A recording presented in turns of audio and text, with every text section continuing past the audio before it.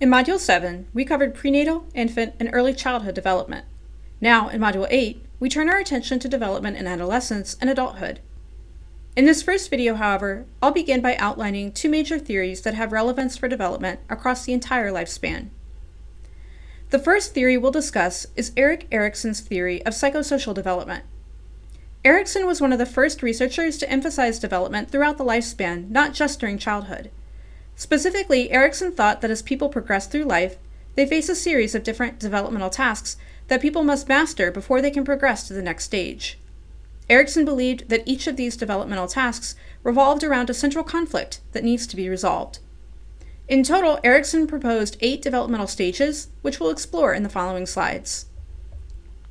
According to Erikson, the first stage occurs in infancy from 0 to 1 years old.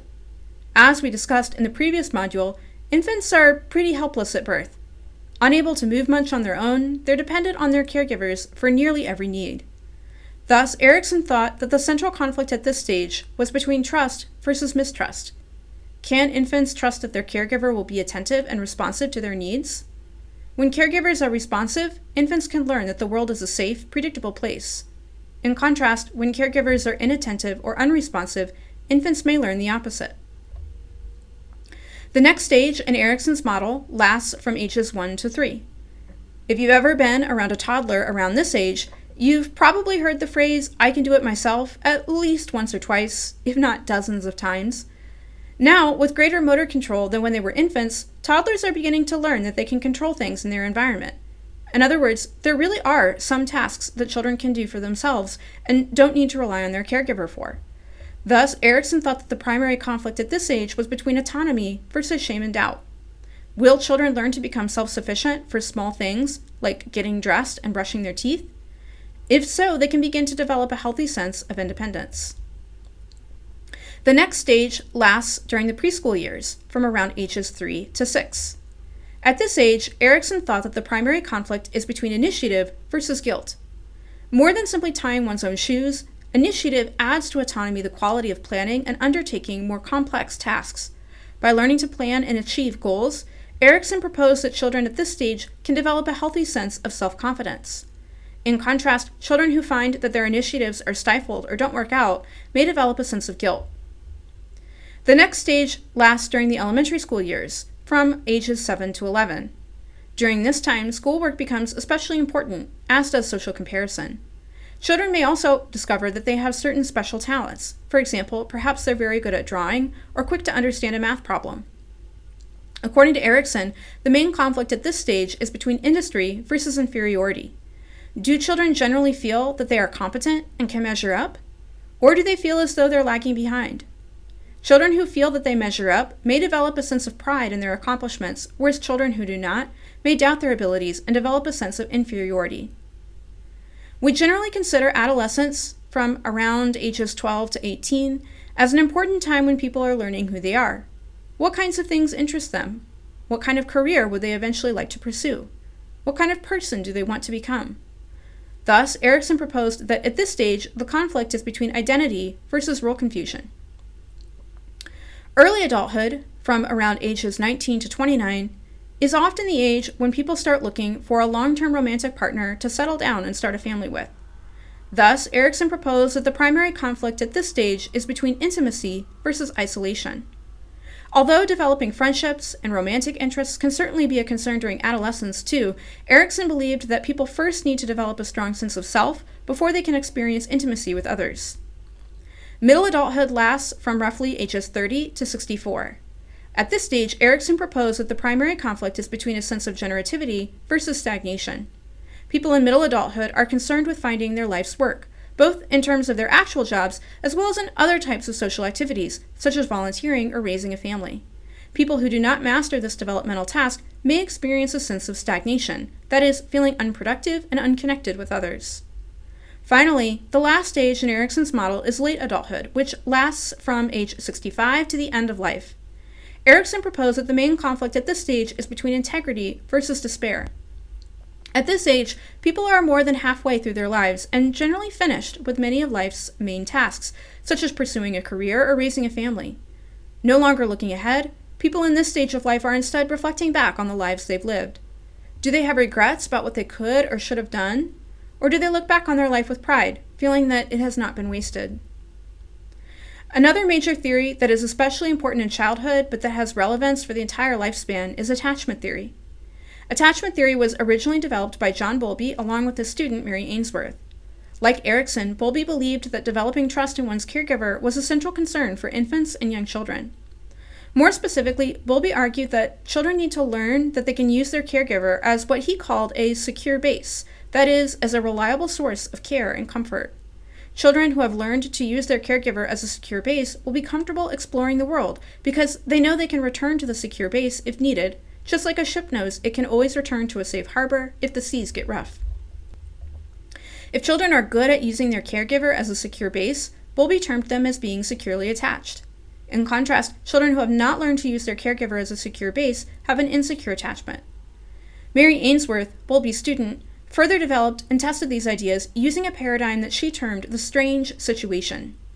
Specifically, Ainsworth had young infants come into a lab room with their primary caregiver, usually their mother. The child and the caregiver are first taken to a room supplied with toys, and the child is allowed to free play. However, at some point the caregiver is signaled to leave the room for a short time. Ainsworth watched how the children reacted, both when their caregiver left and when she returned a few moments later. Children who were initially distressed by the absence of their caregiver, but who were able to be quickly calmed back down and get back to play once she returned, were called securely attached.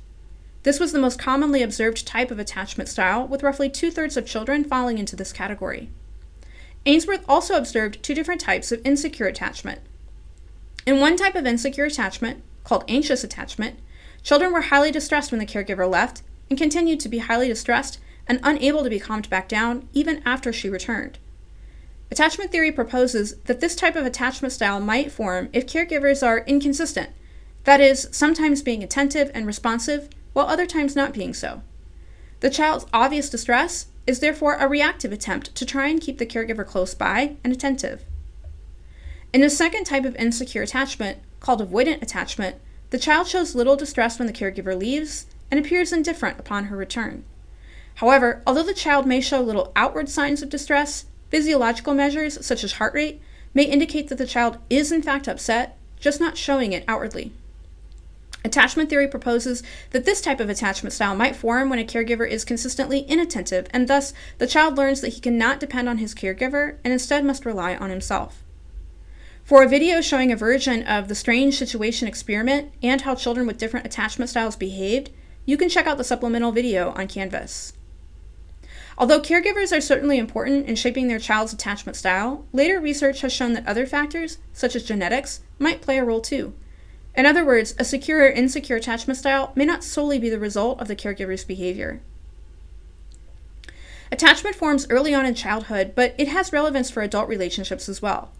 Specifically, Bowlby thought that children developed what he called an internal working model, which is essentially just a cognitive schema for people in general.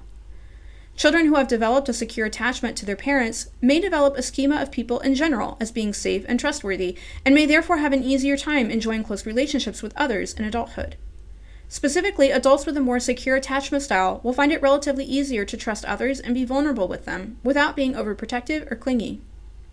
In contrast, people with an insecure attachment style may view other people as generally untrustworthy and therefore may have a harder time relying on or getting close with others. In adulthood, this can manifest in one of two ways. First, adults with an anxious or preoccupied attachment style might behave as being especially clingy. Second, adults with what's called an avoidant or dismissing attachment style may be especially aloof and self-reliant. Two later researchers, Bartholomew and Horowitz, also proposed a fourth category called fearful attachment, which is essentially a combination of being both high on attachment avoidance and attachment anxiety. There is some evidence that people's attachment styles in childhood are moderately but significantly correlated with their adult attachment. However, this correlation is not perfect, and people's attachment styles can also change over time. For example, here are the results from a study looking at the correlation between people's childhood experiences and their adult attachment. As you can see, there is a correlation such that people who had more positive experiences in childhood tended to have a more secure attachment style in adulthood. However, this is not a perfect one-to-one relationship. Many people, shown in the gray data points on this graph, did not fit this pattern. That is, there were some individuals who had negative experiences in childhood, yet who still went on to develop relatively secure attachment styles in adulthood. Conversely, some people with a generally positive childhood experience still had a more insecure attachment as an adult. Finally, it's also possible to form different styles of attachment with different relationship figures in one's life. For example, one might be securely attached to one's parents, but insecurely attached with a romantic partner, or vice versa. Attachment theory has gone on to inspire a long line of empirical research, especially as it pertains to adult romantic relationships. However, while attachment theory is generally well supported by psychological research, please be aware that much of the popular information that you might find on the internet is somewhat inaccurate or overblown or oversimplified to some degree. Beware of any website or video that makes bold claims about how people with different attachment styles always are or behave.